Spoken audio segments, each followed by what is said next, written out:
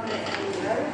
And the aim of this paper is to explore whether the public officials, such as judges, are insulated from political pressure and as a result of different responses. Sorry, can you just stop a second?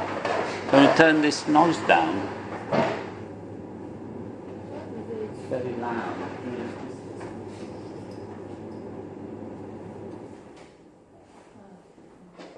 The aim of the paper is to explore whether the public officials, such as judges, are insulating from political pressure and as a result indifferent to the concerns of the electorate.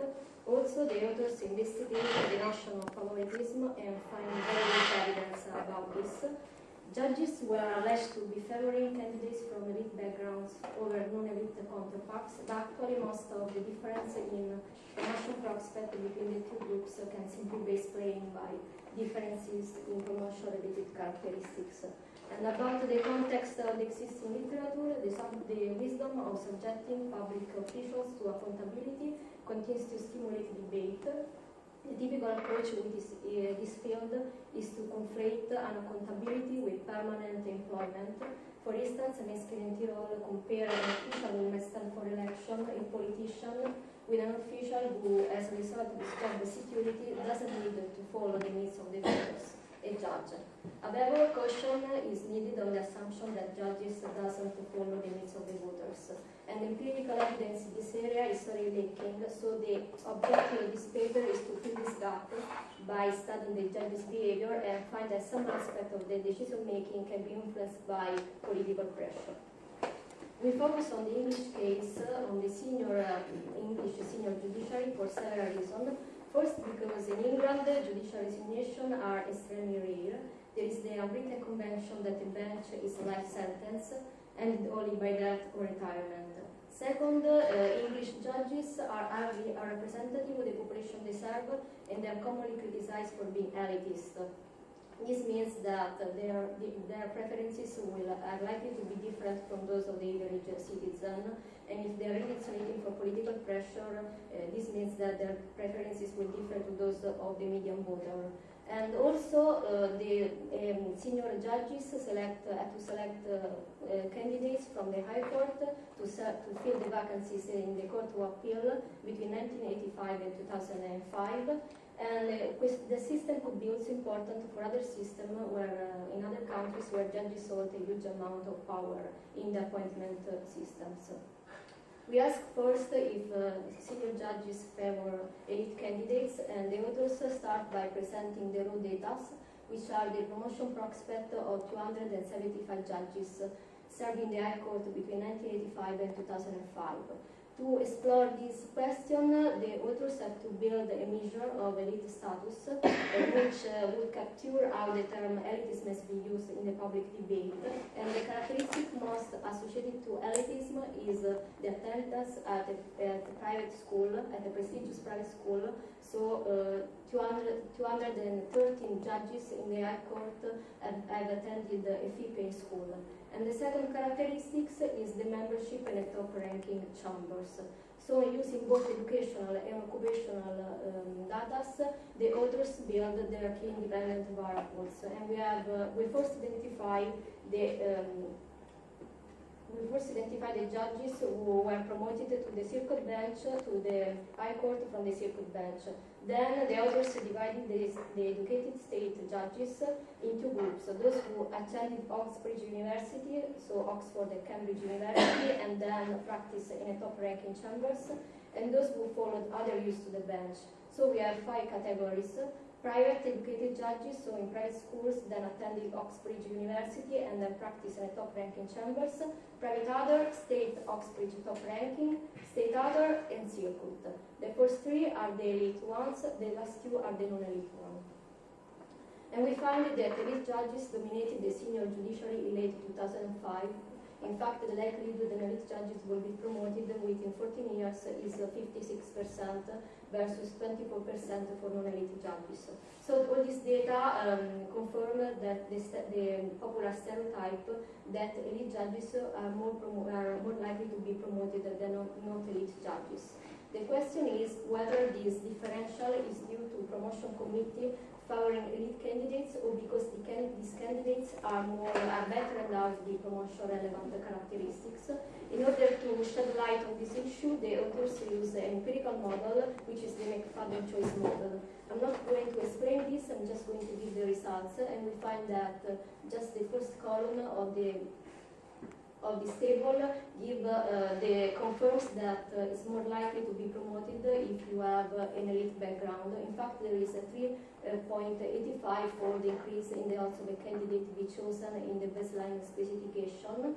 We are controlling in the second column when we are controlling for promotion criteria, the exponential of the coefficient declines but still remains significant, passing from 3.85 to 2.42.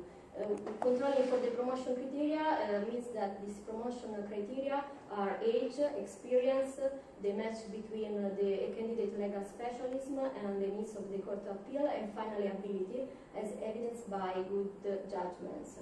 This falls in the coefficient can be explained, can suggest that part of this differential may be due to omitted variables given the imperfect proxy for ability. Ability is very different to calculate, so this give this decline in the coefficient. Also, in the third column, the authors investigate the connectivity measure, so investigate whether sharing a narrowly defined background with members of the committee increases a candidate's chance of promotion.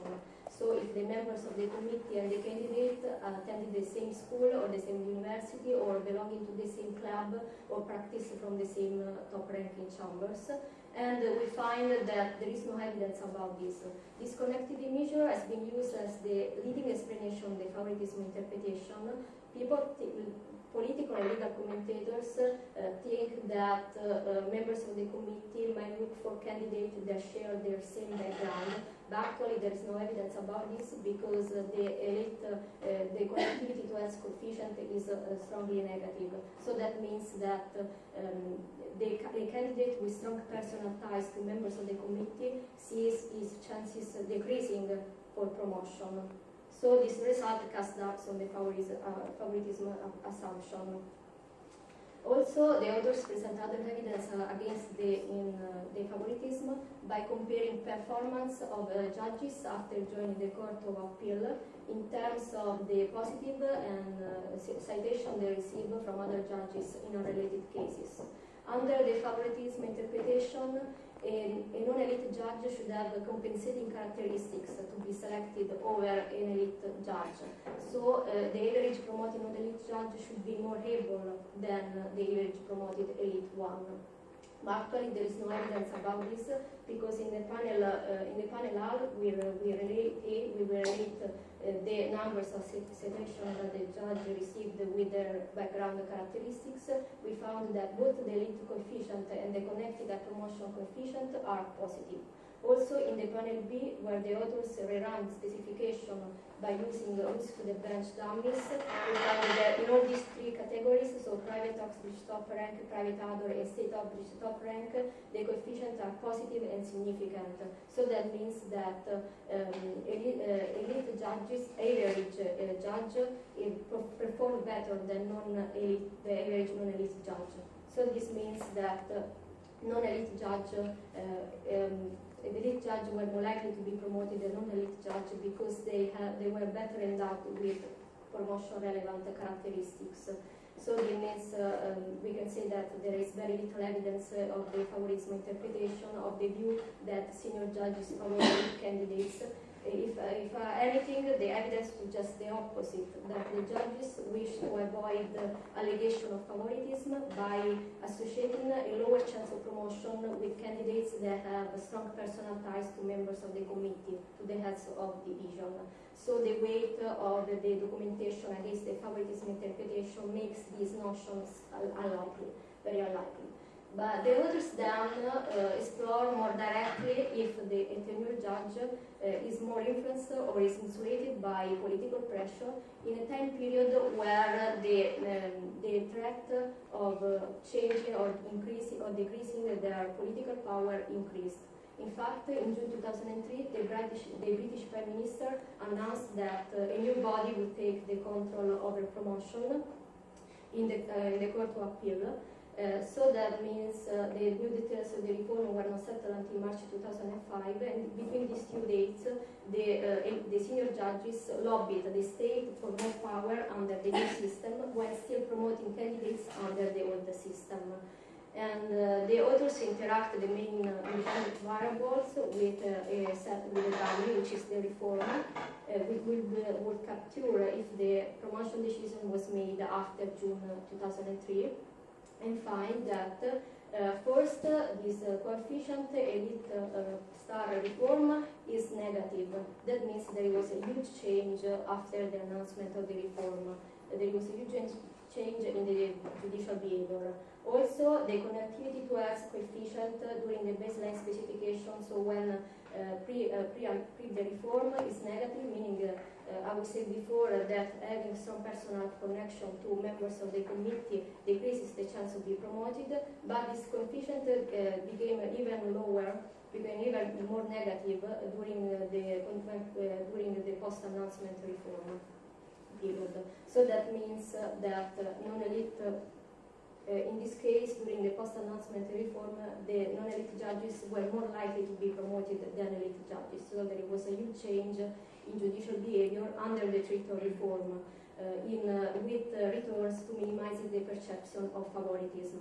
This means that there was an increase in the accountability, there was an increase in the desire to appear disciplined, even by favoring non-elite candidates.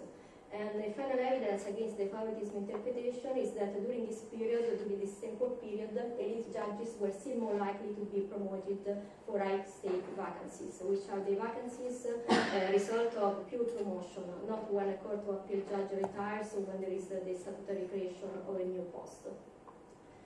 In the last slide, I draw the conclusion. This paper has addressed two questions. The first, if senior judges promoted elite candidates by lacking of discipline, and the answer in this case is unlikely. And the second, if senior judges began to favor non-elite candidates when faced by the prospect of a reform, of losing their decision-making power. And the answer in this case is quite possibly. This paper is important because it's the first to document econometrically that tenured public officials may change their behavior when they are faced with the prospect of losing their decision-making power. In fact, the insulation from the electorate is never perfect, even from tenured public officials, and so this paper casts doubts on the wisdom of equating accountability with permanent contracts. Tenured public officials are keen to retain the decision-making power, are keen to value their autonomy, so they are more open to the influence of others than to be insulating from political pressure. Also, this finding suggests that dissatisfaction from the public to the official, to the public official, should always be taken as evidence of a lack of accountability or a legal reform. In fact, the decisions made by the senior judiciary were not driven by elitism, but were driven by pre-market factors. So there wasn't really a need of a reform of the judiciary. In fact, the recent constitutional reform in England doesn't seem to ease the concern of the electorate, and there is already a widespread disappointment about the reform. So one might argue that the English public would have been better served by reforms that protected rather than weakened the autonomy of the senior judiciary. And also the data suggested that attention would be better focused on the widening the access to the early stage of legal career than to reform the senior judiciary. Okay.